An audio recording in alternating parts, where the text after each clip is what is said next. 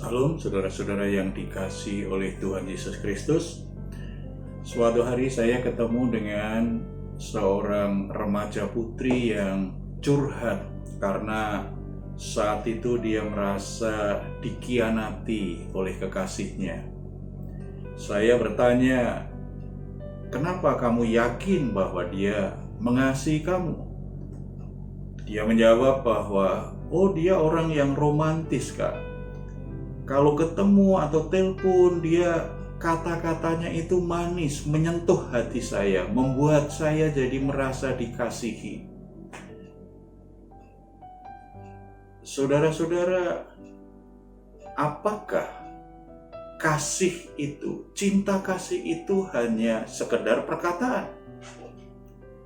Remaja putri tadi menjadi patah hati. Karena apa? Merasa dikhianati oleh seseorang yang begitu pandai mengungkapkan kata-kata cintanya dengan berbagai macam cara yang menyentuh hati si remaja putri ini. Tetapi ternyata apa yang diucapkan tidak seperti komitmen hidupnya.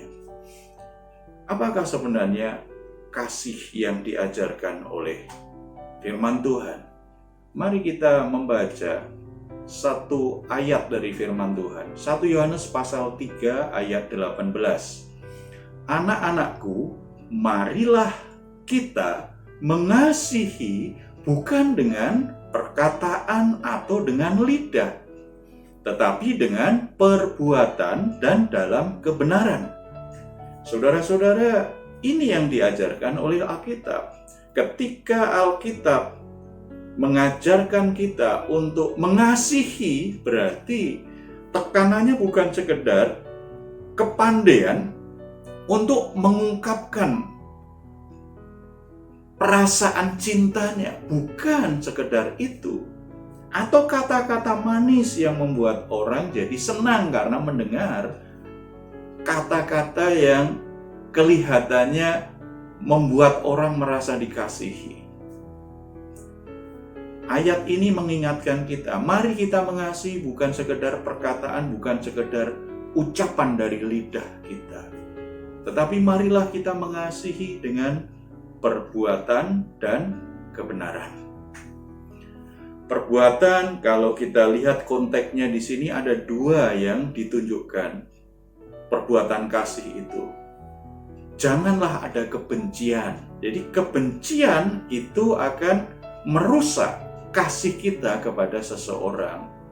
Contohnya ditunjukkan di ayat ini adalah Kain. Kain itu benci dengan adiknya karena didorong oleh perasaan iri, perasaan malu karena persembahan adiknya diterima Tuhan sementara persembahan dia tidak diterima oleh Tuhan. Jadi ada kecemburuan, ada perasaan iri, akhirnya dia benci dengan adiknya dan membunuh adiknya.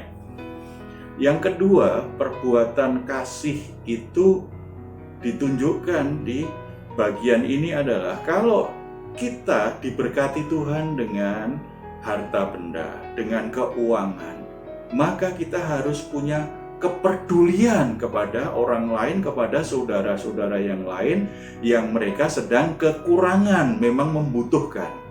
Kalau kita berkata mengasihi, mari kita menghentikan semua perasaan benci dan belajar peduli, berbagi kepada orang lain. Itu adalah perbuatan kasih yang praktis yang mesti kita kembangkan, kita latih dalam hidup kita sebagai anak-anak Tuhan. Dan yang kedua, kasih itu harus sesuai kebenaran. Ada banyak orang atas nama kasih tetapi menyimpang dari kebenaran Tuhan. Banyak orang atas nama kasih tetapi setelah itu berbuat dosa. Tidak.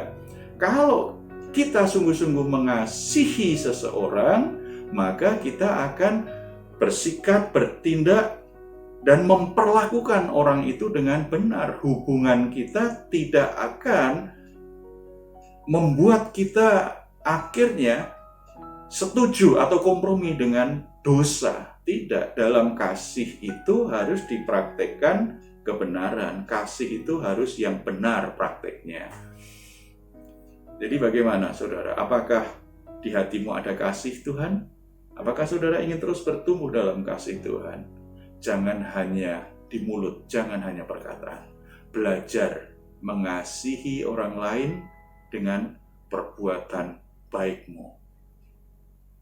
Hapus semua iri, dengki, kebencian, kemarahan terhadap orang lain. Belajar mengampuni, memaafkan, belajar untuk menerima orang lain dengan kasih Kristus.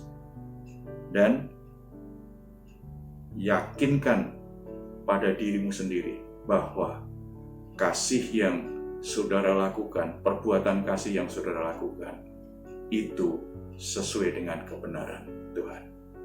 Tuhan Yesus memberkati. Kita bersatu dalam doa. Bapa di surga, kami bersyukur karena di dalam Yesus Kristus kami dilimpahi kasih Bapa surgawi, sehingga kami semua ada benih ilahi yang membuat kami bisa mengasihi. Karakter dasar kami semakin hari semakin dikuasai oleh kasih Tuhan. Ajar kami untuk bisa belajar mengasihi dengan perbuatan dan kebenaran hari ini Bapa. Dalam nama Tuhan Yesus. Amin. Saudara-saudara yang dikasihi Tuhan, kalau saudara-saudara diberkati oleh renungan melalui video ini, jangan lupa share ke teman-teman yang lain agar mereka juga bisa mendengar dan melihatnya dan diberkati Tuhan. Biarlah nama Tuhan dimuliakan.